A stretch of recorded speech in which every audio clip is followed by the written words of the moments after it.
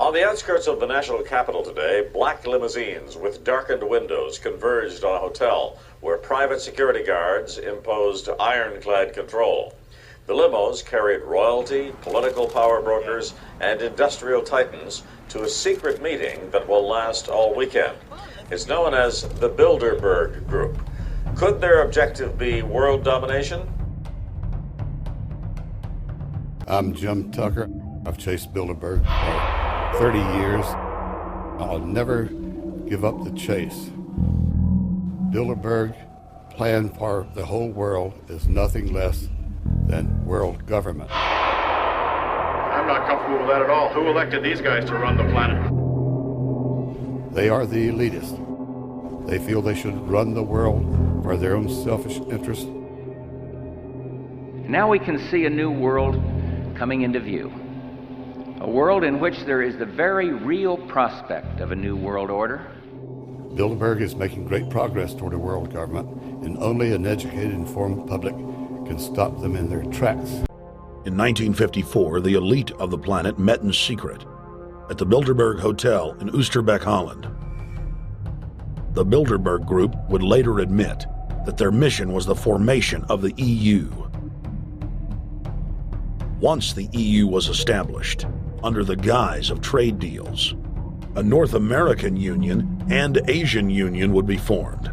The three interlocking superstates formed the core of the global government, while the United Nations would serve as a world regulatory and enforcement body over the Third World subregions. The Bilderberg Group consists of the heads of all of the managing roundtable groups that steer individual countries. Picture the elite power structure of the world as a giant pyramid, with only the elite of the elite at the tip top of the capstone. The architects of the New World Order are in a race to complete the structure of world government so they can suppress the independent development of technologies that threaten their monopoly of power, while at the same time steering new developments in the direction the architects chart for humanity.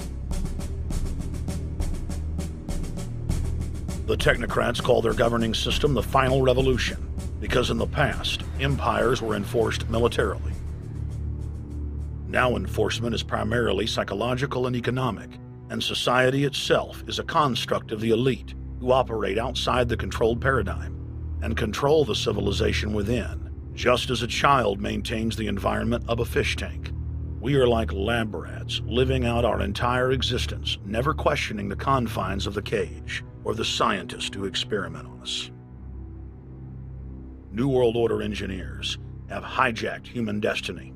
Its controllers have closely studied human behavior for more than 100 years and are now steering us with expert control, using our primitive drives and desires as levers. They have developed their mind control systems to the point of being able to control the average unconscious person like a car. I think what is very difficult for most people to understand is how such a small group of 125 men and a few women control a population base of 6 billion people. Actually, it's much easier than you think. These people work on what I call systemic methodology, meaning that you take a pie, just imagine you take an apple pie and you slice this apple pie into lots of very small pieces, and you put in front of each one of these pieces your man or woman of trust. And by controlling this individual, you control an entire organization. For example, if you take Paul Wolfowitz, who runs the World Bank, through him you can control the entire organization. You don't need to control what the dishwasher or the toilet cleaner thinks or does or believes in. You just need to control what he does and what he believes in. And what he does will permeate the entire organization. And that's how you control, with very, very small power base, an entire global population of 6 billion people. Bilderberg is making great progress toward a world government.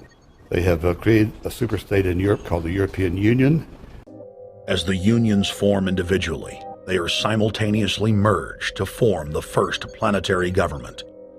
They're trying to destroy every nation on earth which is trying to promote progress, because these people basically they are landowners. They don't need progress because they control the land. If you take the most powerful man in London, the people who belong to the Council and the Committee of 300, who belong to the Bilderbergers, the British royalty, the Guelphs, the black nobility of Venice and Genoa, these people, they're landowners. The New World Order is the Old World Order. I mean, it's just the names have changed, the appearances have changed, but the concept hasn't changed. The idea is still to bring the men back, kicking and screaming back to the Middle Ages, post-industrial age world order. One of the things that is very shocking to most Americans is the fact that the United Nations Global Biodiversity Assessment, which came out in 1995, clearly shows that in order to protect planet Earth, we have to go back to a feudal system. They actually said that in the document.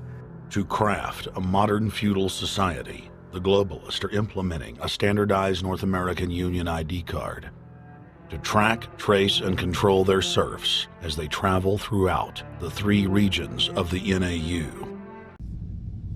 Eugenics dominated the 20th century.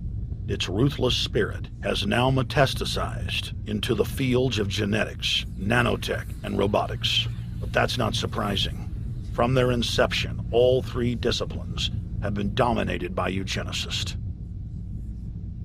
The billionaire founder of Sun Microsystems, Bill Joy, courageously went public in 2000 to warn of a cancerous consensus among the technocratic elite that at best humanity would be completely enslaved by the year 2030, and at worst, mass extermination of everyone but the elite would take place. A who's who of the techno-elite are members of what is known as the transhumanist or post-humanist movement.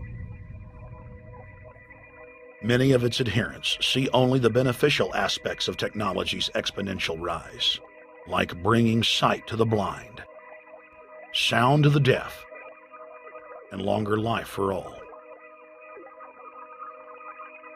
But what many of them don't know is that master eugenicist Julian Huxley founded transhumanism, and that society's controllers openly admit that the new system is designed to progress into absolute tyranny.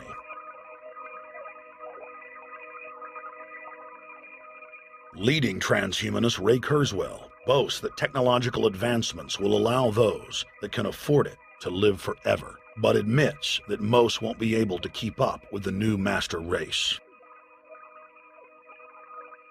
The drive for world government is now all about who will control and have access to radical life extension systems. Biological evolution is too slow for the human species. Over the next few decades, it's going to be left in the dust. Transhumanists believe that they will attain the fountain of youth by merging with technology. Now, it may be within their reach. Decades ago, transhumanists said that if you did not accept augmentation or enhancements, you would no longer be able to get jobs. And now it's happening today. The elite who occupy the commanding heights of digital reality are suicidal nihilists. Suicidal nihilists know that there is no longer any substantive purpose to their willing, but they would always prefer to go on willing than not to act at all. They can very happily ally themselves with the notion of nuclear holocaust or perfect exterminism. Technology has become so powerful in its capacity for destruction that free humanity cannot afford to let psychopathic technocrats with delusions of grandeur repeat the mistakes of their forebears, because it is highly probable that this time they may destroy everything, including themselves in their mad rush for godhood.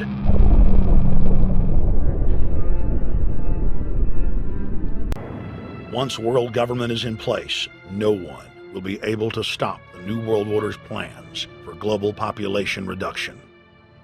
For those immune to psychological programming, hundreds of FEMA camps have already been built throughout the United States. In their quest for population reduction, no method is off the table. These dark builders intend to release a string of man-made bioweapons plagues, each one worse than the last, while at the same time expanding the police state to enforce an orderly extermination of the population, all in the name of fighting invisible terrorists.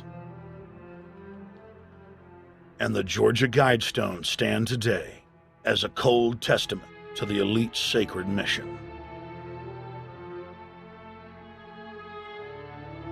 To have a two-class system where the underclass are forced to live as slaves in tiny enclosed cities, while the elite enjoy the land of the earth, evolve into superhumans with the aid of advanced implantable technologies, live eternal lives, and travel throughout the cosmos. This is the promise given to the inner members of the New World Order and the agenda of the Bilderberg Group.